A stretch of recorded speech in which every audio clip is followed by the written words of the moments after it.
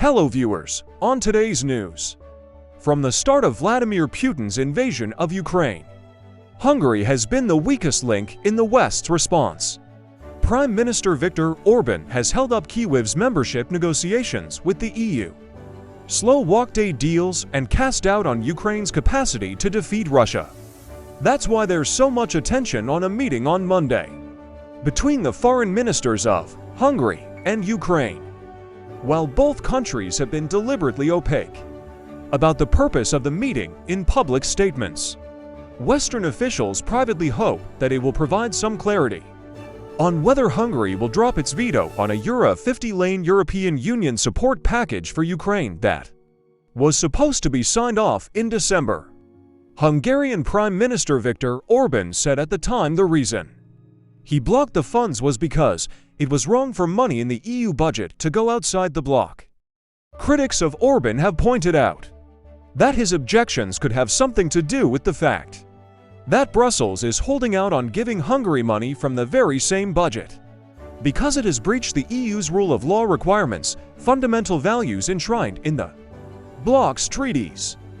Orban and members of his government have repeatedly denied that there is any connection between the two or that they have breached EU rules. But those same critics also note that Orban has a uniquely close relationship with Russian President Vladimir Putin. Many Western officials believe that Orban is leveraging that relationship in order to bully his European allies by playing the part of a Kremlin stooge, act tough on support for Ukraine, a key priority for most of Europe, in exchange for concessions in other areas. It's no secret that Hungary is increasingly an uncomfortable bedfellow for its partners in the EU and NATO. Over the past few years, Orban has come to blows with his European counterparts over all kinds of issues, ranging from the rights of LGBTQ citizens and migrants to undermining the judiciary. He has stretched the rules of the bloc to breaking point and engaged in brinksmanship with Brussels many times, and quite often walked away with concessions or fudge deals where he got his own way. The crisis in Ukraine, however, has shone an ever brighter light on the differences between Hungary and its Western allies.